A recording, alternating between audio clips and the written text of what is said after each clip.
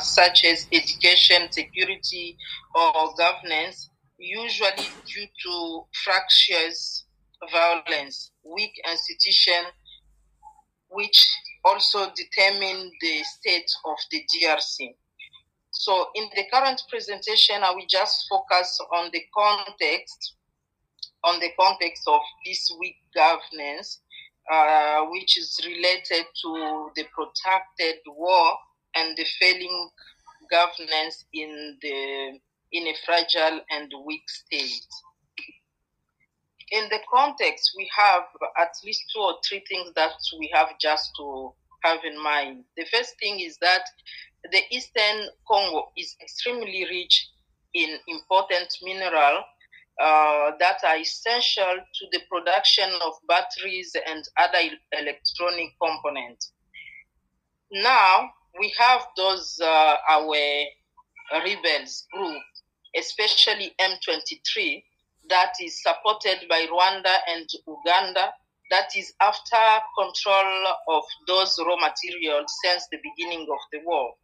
So that's why we can see occasionally the reemergence of rebellion in the eastern parts of Congo. So this current escalation started in 2021 up to present is destabilizing the eastern parts of Congo.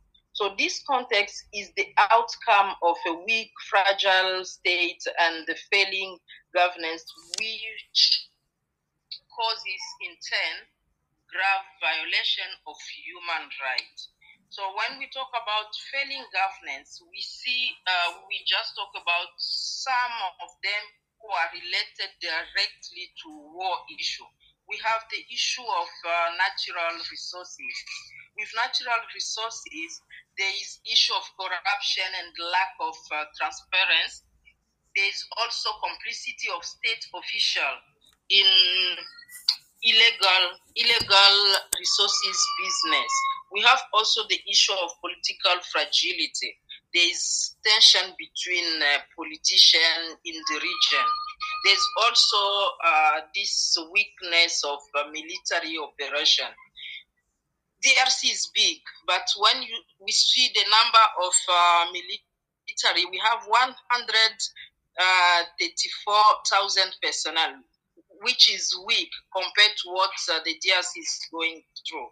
So we have many challenges related to the failing of the governance, which are also like democratic accountability, high level of corruption,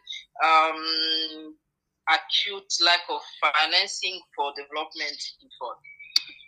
Regarding human rights violation and atrocity, this is a nightmare in DRC, especially the eastern part of Congo. When we talk about the death or killing or mass killing, the mass killing has just become like our daily bread. In 2023, there was a mass killing of at least 56 people, and others like 80 were injured, and others were arbitrarily arrested, over 150 people. In 2024, this year, in January, we have the reports of at least 774 death cases. We have 2,088 cases of people who were injured, or at least. And we have over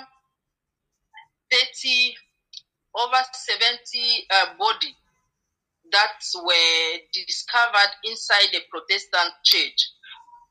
This year, we had in a village the case of 200 people who were killed in one night. Last week, we had the case of 41 people who were killed in a church, followed by 13 people who were killed in the bar. So the daily assassination, kidnapping, this is just our daily bread. So we don't even count those ones, because every day you wake up, there is a body found somewhere. There is a body found. So it's just overwhelmed. We are just overwhelmed with this issue of assassination. There's also issue of sexual violence that is also dramatic. In 2023, we have the report of over 120,000 cases of sexual violence. This year, we have around 500 cases of sexual violence that were reported within 1 week following M23 invasion, with more than 150 cases of children that were sexually assaulted. This year, we had in January, following the M23 invasion, we had at least 165 female prisoners who were raped before being burned in the prison. And we have recurrent cases of rape and sexual violence in the country. We have also issue of sexual violence in IDP camps. This is just worse. In January, since January, for example, we have over 100,000 people who fled the country because of this M23 war. 400,000 have been displaced in North and South Kivu. So regarding the case of sexual violence in the camp, we have the case of 153 sexual violence cases. This is in 2023. In North Kivu, we have 733 cases of sexual violence in the camp of IDPs. We also have issue of security and terrorist attack. In 2021, we had cases of 260 security incidents. In 2022, we had 293 security incidents. We also had the same year the attack on human rights workers. We had the case of 387 human rights defenders and 67 journalists that were targeted with threats of physical violence. We have this year, 2025, attack on infrastructures. We have 5,927 schools that are closed, resulting in at least 2 million children with no access to education. We have some 33 health facilities in North Kivu and 15 facilities in South Kivu that have been destroyed. This year, we have the case of several peacekeepers with the UN and Southern African missions, including that were attacked. We have at least also 14 soldiers from South Africa that died during the attack.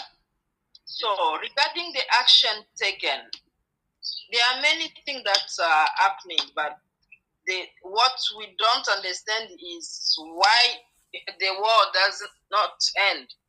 Because at international level, we have action, regional level, we have action, international level, we have judiciary and diplomatic initiative. With diplomatic initiative, we have those Doha 1, Doha 2, US peace agreement, which for me, it sounds just like those politicians are just playing around people, and they don't do anything that can help the country to advance the peace process. So at regional level, all, we do have many initiatives like the political and diplomatic. We have the Nairobi process, we have the Angola, we have also the support of SADC mission in the country, but still, we don't see if we go somewhere.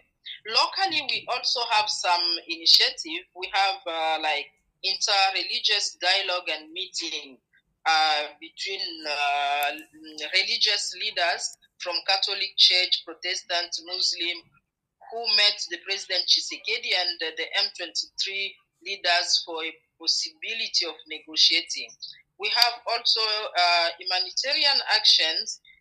Here we have international humanitarian organizations that have been responding in DRC since the beginning of war in 1999.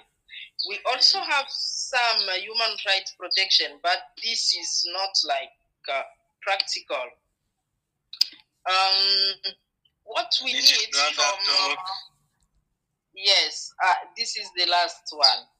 Okay. So we need the support from you guys, our fellow Southern African Region civil society organization, at least 4 points. The first one is the advocacy to prevent sexual violence and the gender-based violence, as well as the accountability of perpetrators. The second thing is the involvement in efforts to improve respect for human rights, especially support for program against child exploitation. We also have, we need support to call on the DRC government and rebel to ensure a safe working space and protection for human rights defenders. And last, we need your support to advocate, to pressure the UN Department of Peace and Peace Operation to promptly investigate the role played by MONUSCO and its leadership in the events that led to the murder and the mass killing of religious group in Goma. Thank you so much.